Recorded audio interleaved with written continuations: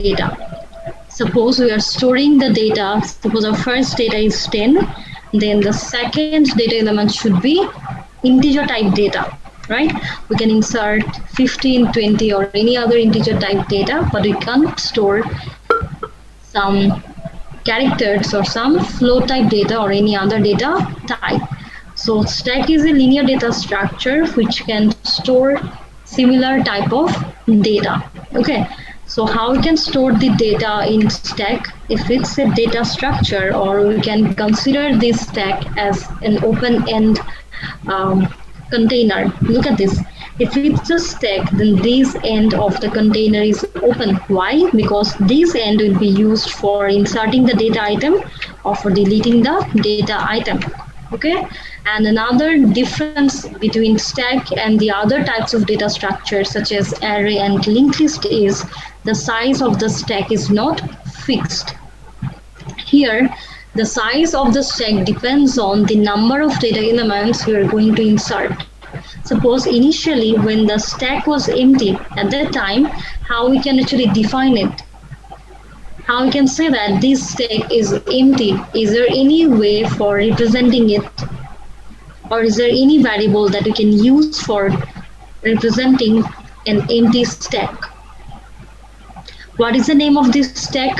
The name of the stack is stack, and here we can use a pointer or pointer variable that is top, and its position will indicate how many elements are actually stored in the stack. So when the stack is empty, or for knowing whether the stack is empty or not, we can use an operation which is called is empty. What is the operation name? Is empty. So this operation has what type of output it can provide? It can provide a Boolean result. That is, the value of is empty operation can be 0 or it can be 1, right? So when the stack is empty and if we execute this operation is empty, what will be the result? The result will be 1 because this stack is empty. But if we store the data element such as 10 or 15 or any other data element, or when the stack is not empty, then the result of this operation will be 0, right? And when the stack is empty, what is the value of top? The top value will be 0. That means the stack doesn't have any elements, right? So when its value can be 0 if we are using unit-based indexing here. Suppose when we have some data elements 10, 15 or some other data elements, and when we're inserting it, our first data item is 10, and after inserting it in which memory location? Obviously in the first memory location. So why are we actually inserting it? In memory location 1, and now the stack is not empty. So here the stack has one data element, and that is the topmost data element, and its position is 1. So the top value will be changed to 1, right?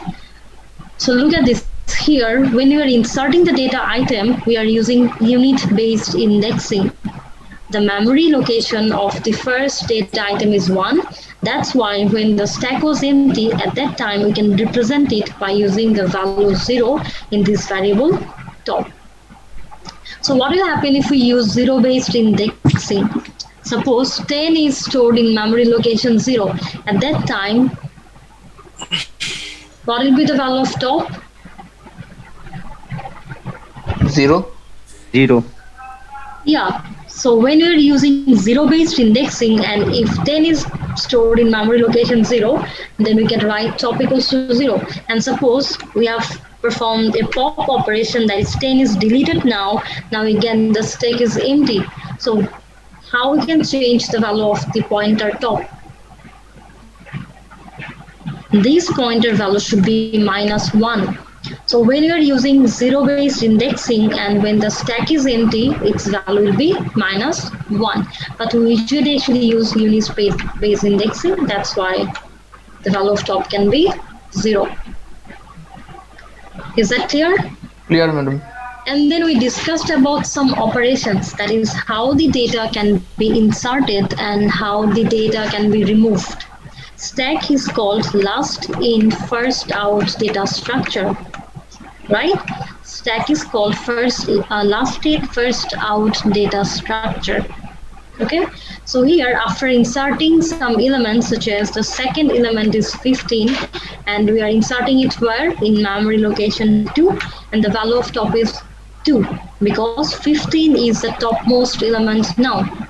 Okay, and now if we add another data item such as 20 and it's stored in which memory location 3, so what will be the value of top? 3. 3, right? So when we are actually inserting the data item here, that insertion operation can be denoted by push operation, right? We use push operation where in stack data structure. Push means we are inserting the data item into the stack. Okay, so after that, now if we want to delete a data item, then we can perform pop operation. Okay. So how many data items the stack has? 3 data, 20, 15 and 10. And which data was inserted first? 10. After that 15 and now 20. And only one end is open, that is the top end.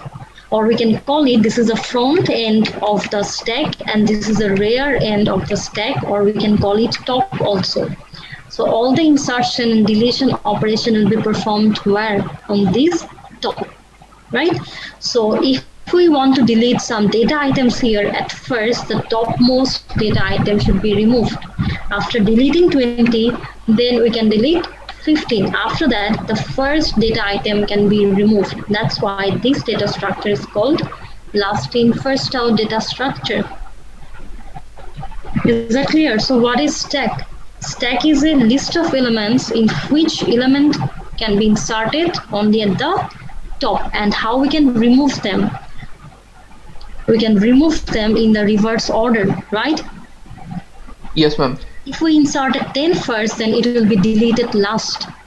And after deleting each data from this stack, the value of top will be decreased by 1.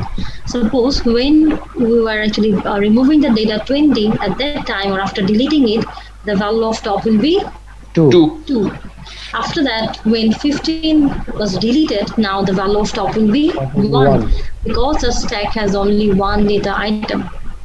Okay, and one more characteristic of stack is its size is not fixed. Look at this here. Anytime you can actually insert data item, anytime you can remove the data item.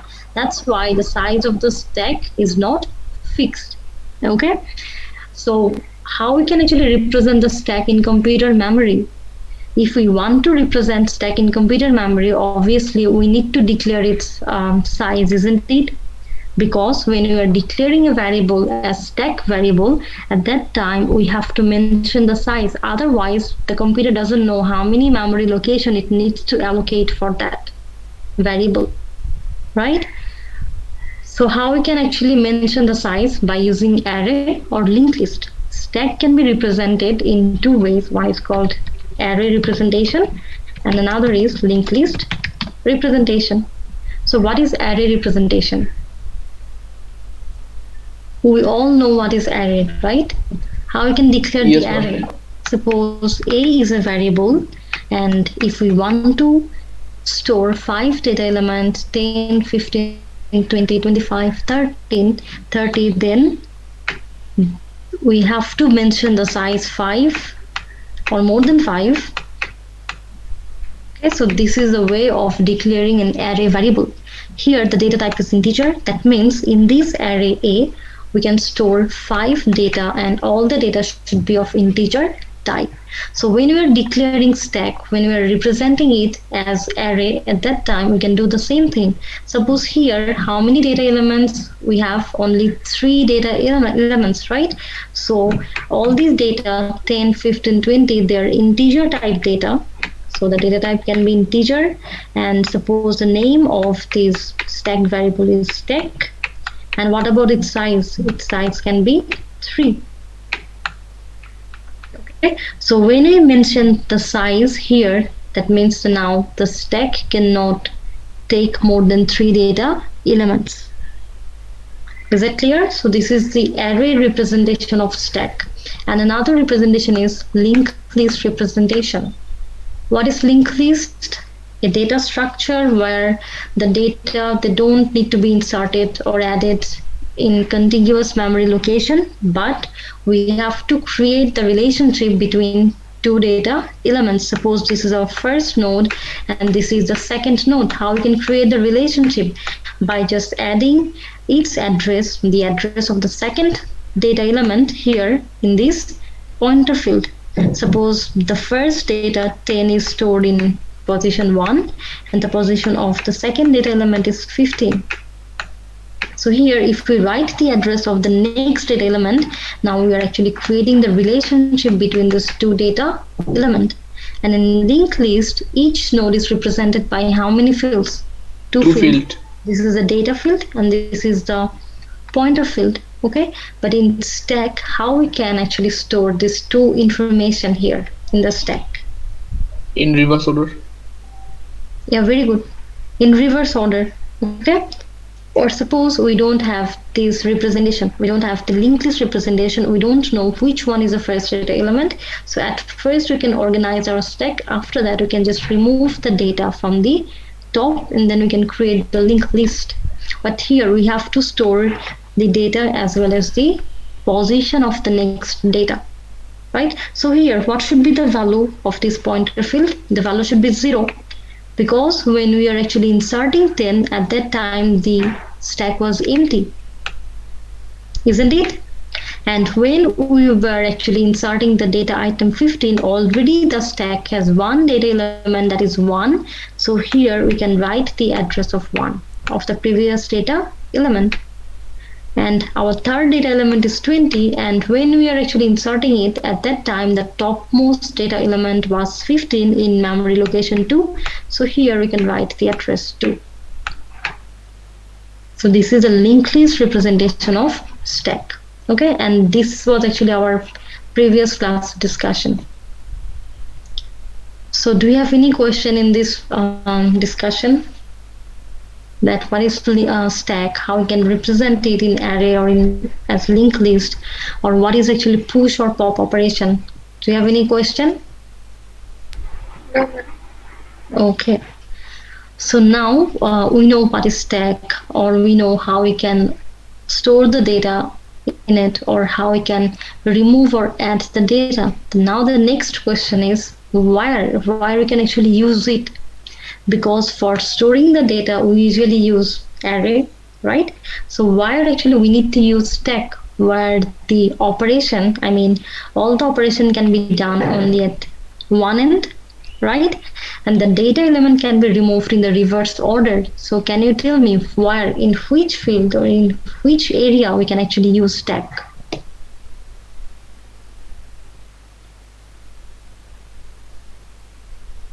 Undo, redo. Very good. For undone, for undoing something. Very good. So these are the application of stack.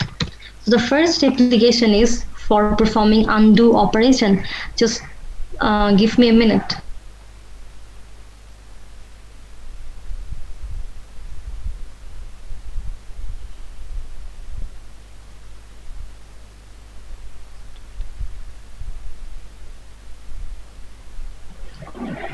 Okay, so why we can use it for undo operation. One application of stack is undo.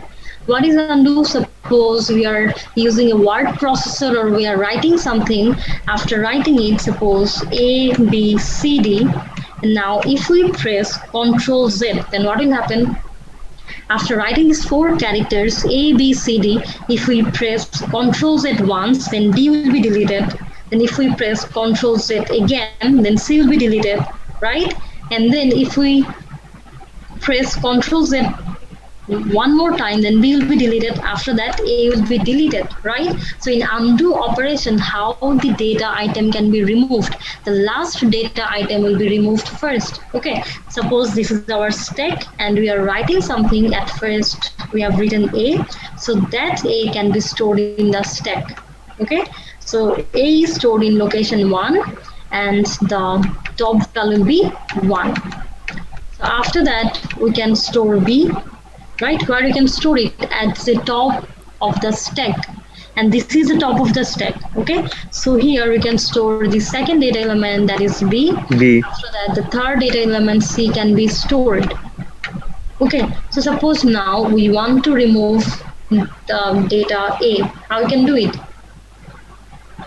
By We removing want B to and C, remove, CV. yeah, by just pressing Control Z, by executing the operation undone, isn't it? So at first C will be removed. C is the topmost element of the stack. At first we can remove C, after that B, and then lastly C. So in these operation undo we can use stack. Okay, and another application of stack is, suppose you are writing a program for reversing the string. A string is given. You have to find out the reverse of that string. Okay,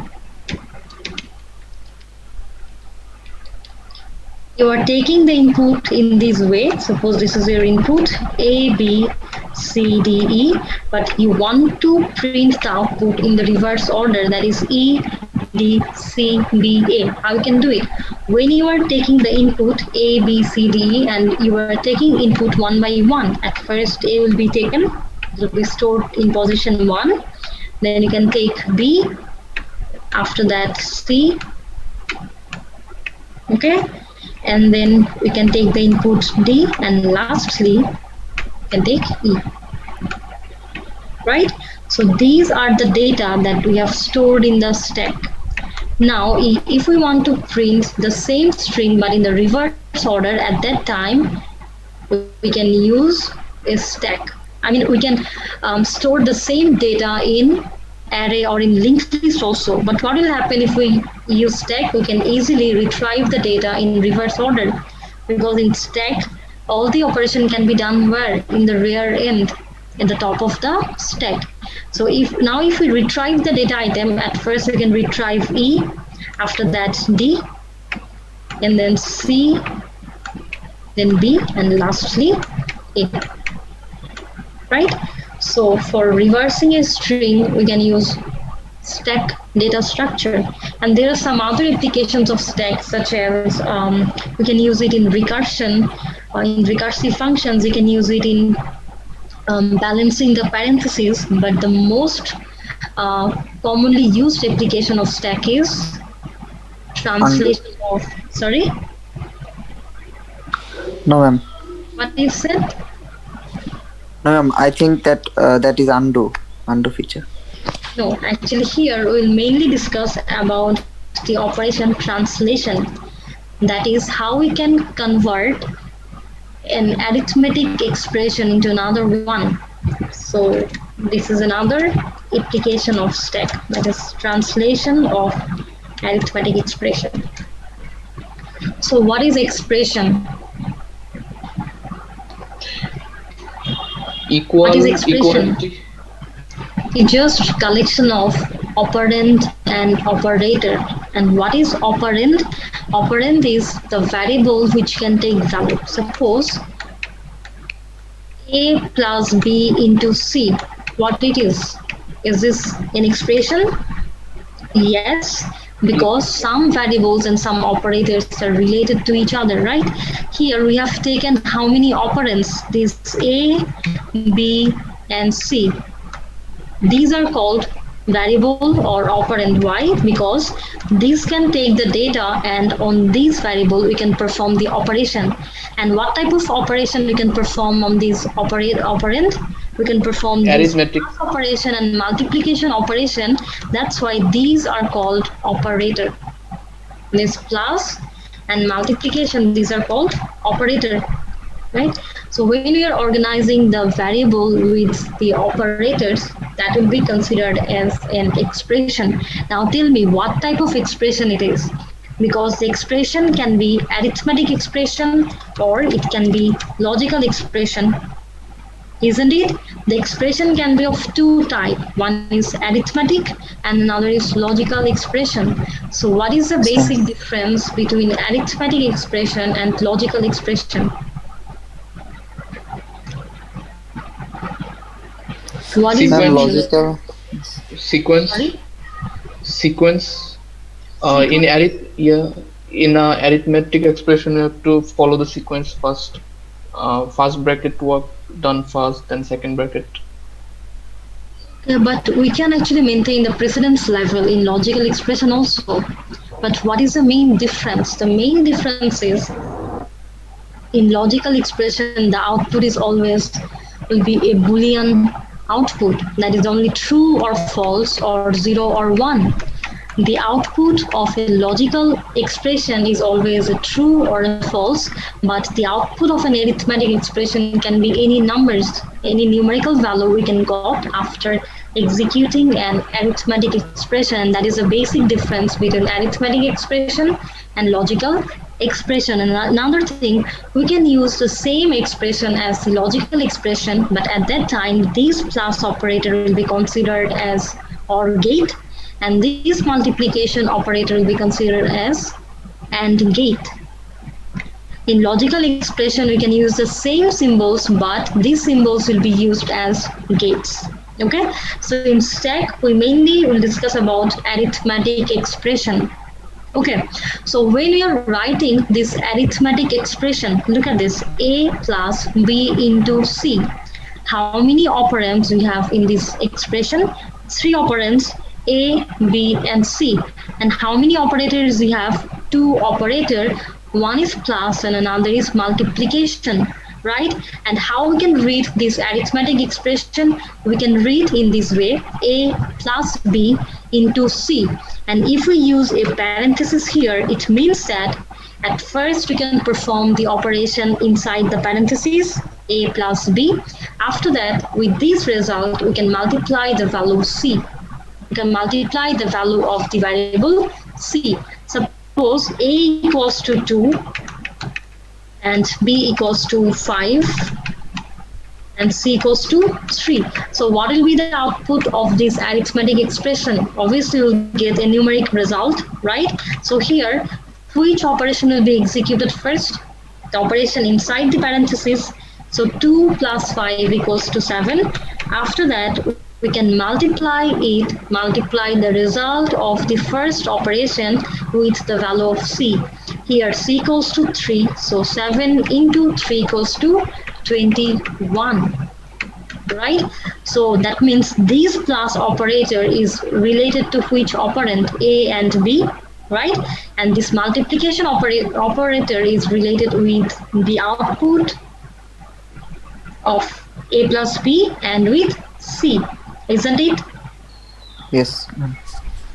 Okay, so in arithmetic expression, now tell me what type of notation we are using here for representing these 3 operands and the operator plus and multiplication. There are 3 types of notation we can use. Okay, one is called infix notation, another is called prefix notation, and another is postfix notation. And sometimes we call the prefix notation as Polish notation, and postfix notation is considered as reverse Polish notation. Okay, it can be called Polish notation and postfix, that is reverse Polish notation. Why it is called Polish notation? Because a mathematician Polish invented it. That's why. Okay. So now this expression is actually represented in this infix notation. Why the representation is infix representation? Because here the name of this notation is infix. That is, the operators are placed between the operands. What is the expression? A plus B into C, right? And here A and B are related to which operator? Plus, right? And plus is placed between A and B. And this multiplication operator, we can perform this operation on which operand? On A plus B and on the value of C, right? That means multiplication operation is placed between A plus B and C. So when the operators are placed between the operand, that notation can be called infix notation. Is that clear? What is infix notation?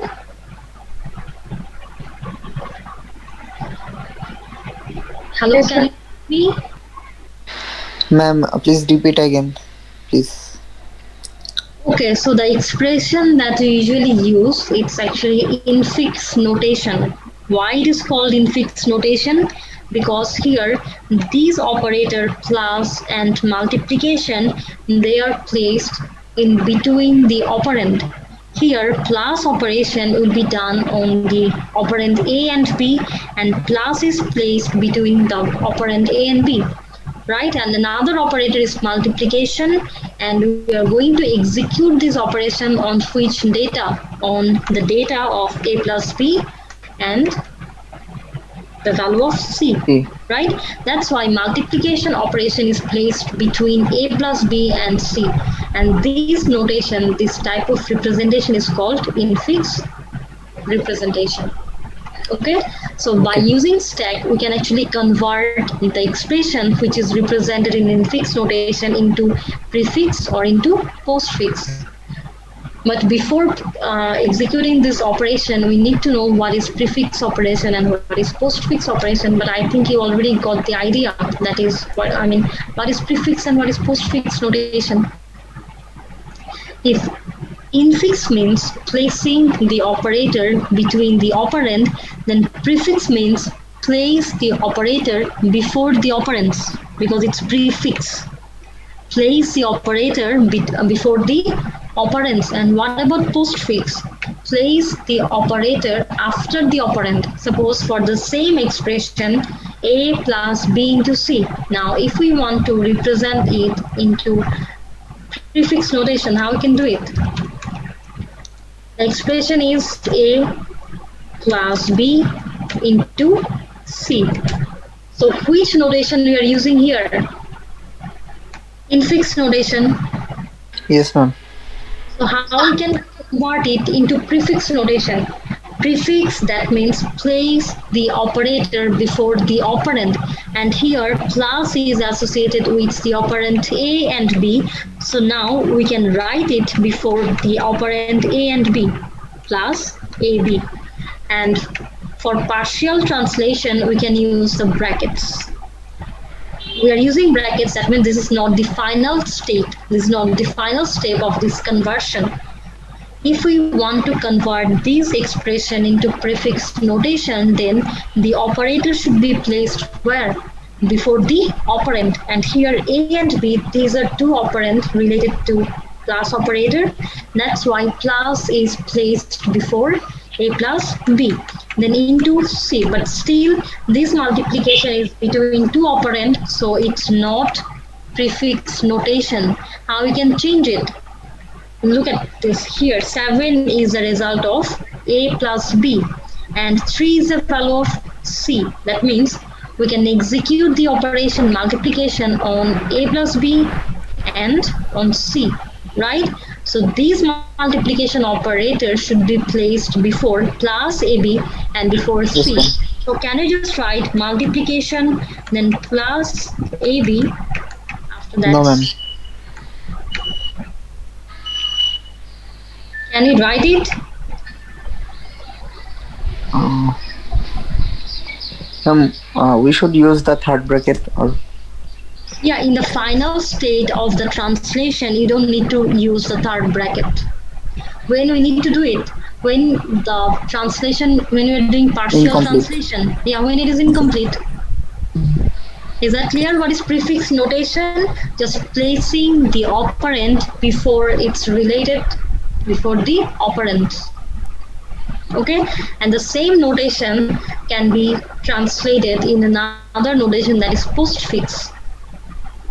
So how we can convert it into postfix notation? Postfix, that means place the operator where? At the end of the operand. And here the expression was a plus b into c. So how we can organize the operand and operators in postfix notation? This plus operator is connected with the operand a and b. In postfix notation, at first we have to write the ab plus, and here we can write into c. In the same way, now this multiplication operation or operator is between AB plus and C. Okay, and in postfix notation now, after writing all the other operand and operators, that is AB plus then C, now we can place the operator multiplication, and it is called postfix notation. Is that clear what is infix, prefix, and postfix notation? We are just arranging the operator and operand in, using these three notation. One is infix, now there is prefix, and the last one is postfix. What is infix notation? Just put the operator, just place the operator between the operand. And in prefix notation, just place them before the operand. And in postfix notation, just place the operator after writing all the other operands. Is that clear? Yes, ma'am. Yep. So we can do one thing, just I'm giving you one problem, just try to solve it. Yeah. Now the expression is A plus B, then exponentiation D, division minus F plus G. So now tell me how many types of operators are here? How many types of operators we are using in this expression? Plus, 4 type. exponentiation, Five, division, ma'am. Five. subtraction. 4 types of operator, but there are total 5 operators. Okay. Yes, ma'am. Now we have to identify in which notation this expression is represented. Infix. Very good, infix, because all the operator placed between the operand. Okay, so when we have an expression and when we have to translate it, or just forget about the translation, suppose all the value of A, B, D, E, F, G is given, you just have to find out the result. You just have to calculate it. How you can do it? Which operation among those 4 types of operation should be executed first? For knowing it, you need to know about the precedence level. That is, which operator has the highest precedence level, isn't it? We Yes, can ma'am. see that there are several types of operators are given, but do we know the precedence level? That is, which one has the highest priority? Here there are total 5 operators: A, exponentiation, division, subtraction, again addition. So which one has the highest precedence level? Or a parenthesis is also given. Parenthesis is also given. So which operation should be executed first? Bracket. Very good, Parenthesis. parenthesis. Yes. So parenthesis has the highest precedence level. So we have to execute the operation that is enclosed within the parenthesis. Okay. Then after that, which operator has the highest precedence level? What, madam? Which one? Madam, I didn't hear your question. Sorry? Didn't hear your question. My question is, suppose we have several operators such as plus, minus, multiplication, division, exponentiation, and parentheses. So which operation will be executed first? Parenthesis. Yeah, because parentheses has the highest precedence level, we can give the topmost priority to it. So which one will get the priority after parentheses? Addition. Division. Division, ma'am. Division. What about Ashik? Hello, Ashik. Hello. Sorry, ma'am, I didn't get you. You better ask. My question is, there are several operators we can see. So which operator will be executed first? We already got one, that is parentheses has the highest precedence level. There is a formula called Badmash bracket. Okay, yeah. So which one will be executed next? After parentheses, which one will be executed? Ma'am, division, Division, then multiplication. multiplication, then addition, then Division. subtraction. But no, then exponentiation will be executed. Just think about it. Suppose we have an expression where inside the parentheses we have written 2 plus 2 square. Which operation will be executed first? The operation within the parentheses. So 2 plus 2, that is 4. 4 square equals to 16. Now all the operations can be performed later. So here this power is actually exponentiation. So at first parentheses, then exponentiation, after that multiplication and division, they have the same priority, okay, same precedence level, and then addition and subtraction. Is that clear? So this is the precedence level. Parentheses, exponentiation, multiplication and division, plus and minus. So can you just translate these infix notation into prefix and postfix? Can you do it? I'm just giving you 5 minutes time. Just try to convert it into prefix and postfix.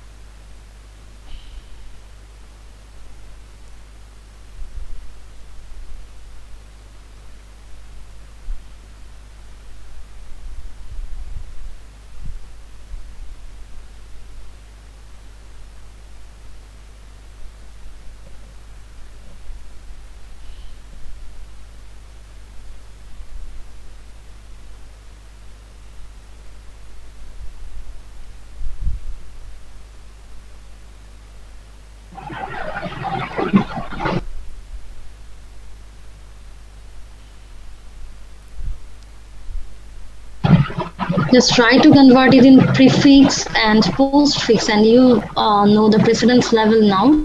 So just try to convert it into prefix and postfix notation.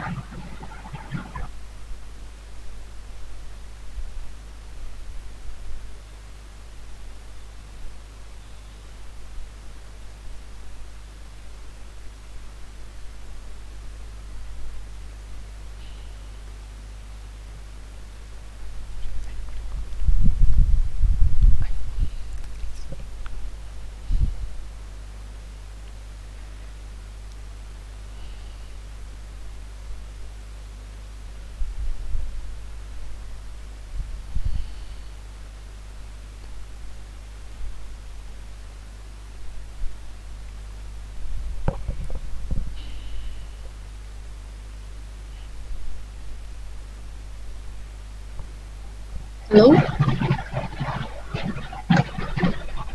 Hello? Yes, ma'am. Yeah, so did you get the result?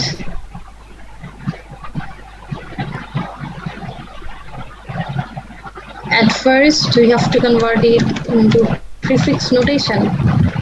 So how we can do it? In prefix notation. So this portion, that is a plus b exponentiation d, at first we can execute it, after that e minus f, or we can actually parallelly solve this two portion of the expression, right? After that division and then addition, right? So how we can rewrite this portion of the expression? A plus b exponentiation d. This exponentiation operation is related to how many operands? It's connected with these two operand b and d, right? Yes, ma'am. Hello, can you hear me? Yes, ma'am. Yeah, so how we can write it? In prefix notation, the operator should be placed where? Before the operand. So one operand is b and another operand is d. So here we can place the exponentiation operation, right? Yes, After that, we can just write this portion of infix notation, that is a plus.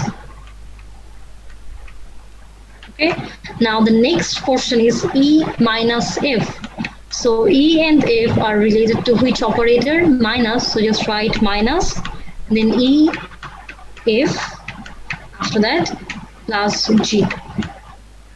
Now which portion will be solved next?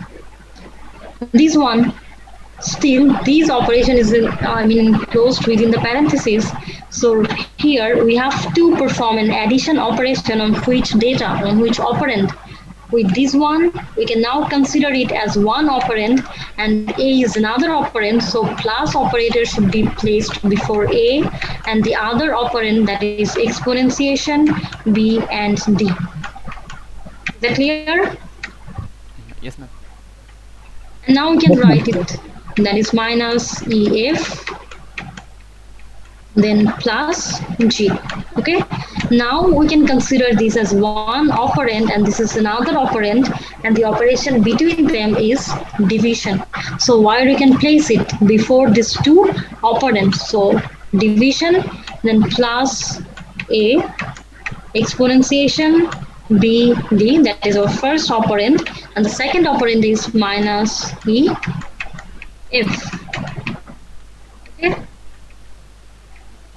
plus G, and now it's going to be the last step of this translation.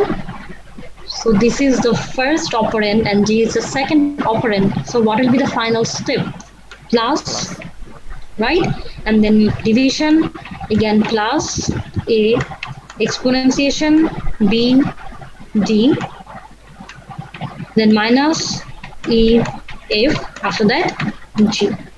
So that is how we can convert the infix notation into prefix notation. Now the next one is postfix. Postfix means place the operand operator where after the operands. Okay.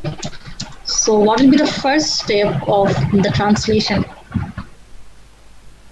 We are converting these expression, this infix expression into postfix expression. So here at first we will work on this portion of the expression, that is B exponentiation D. So we can write A plus, then after B and D we can place exponentiation because it's postfix notation, right? After that division, and now we can write E F minus.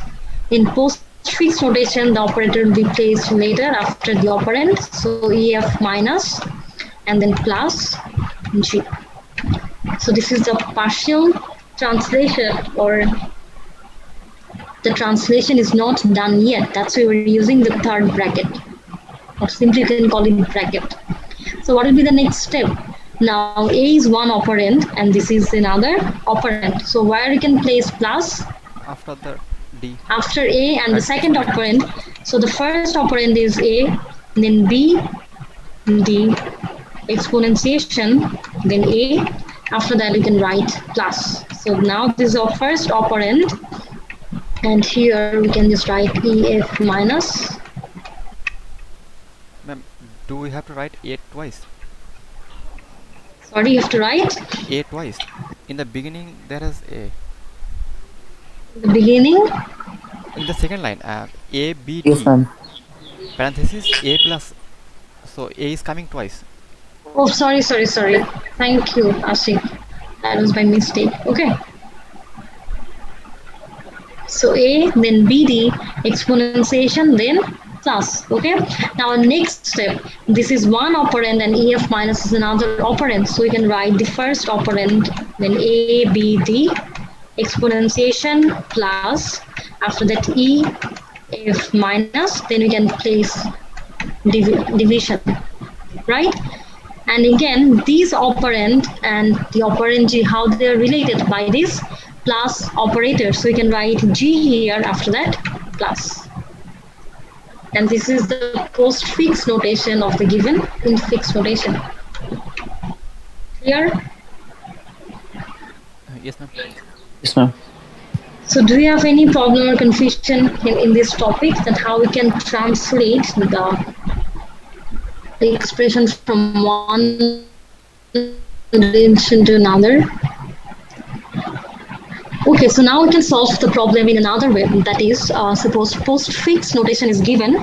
So can we just convert it into infix notation?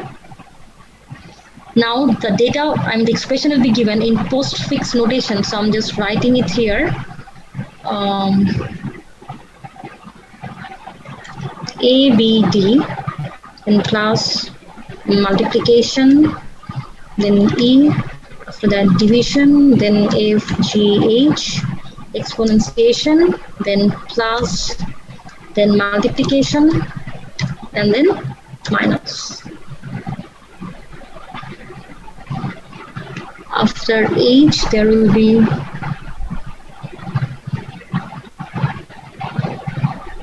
can we convert it into infix?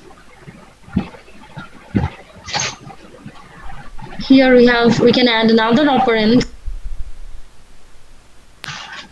Hello? Yes, ma'am. Yes, ma'am, we can Suppose hear we you. have another operand that is k and exponentiation.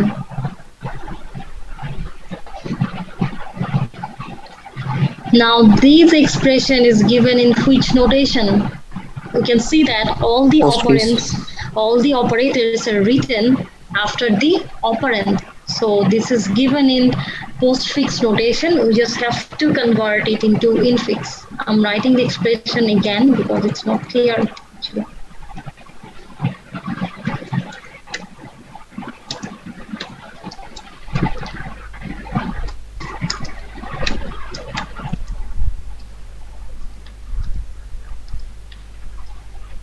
Then exponentiation, after that plus multiplication minus. Okay. Now try to solve it.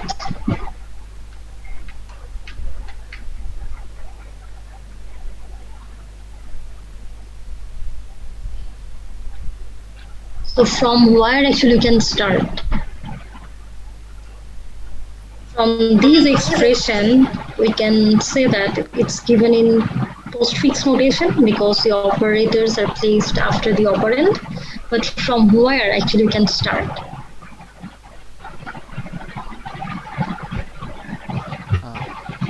Look at the first portion of the expression a, b, d plus multiplication. So this plus operator is placed after bd. That means there is a relationship between b and d, and that relationship is addition. B plus d, isn't it?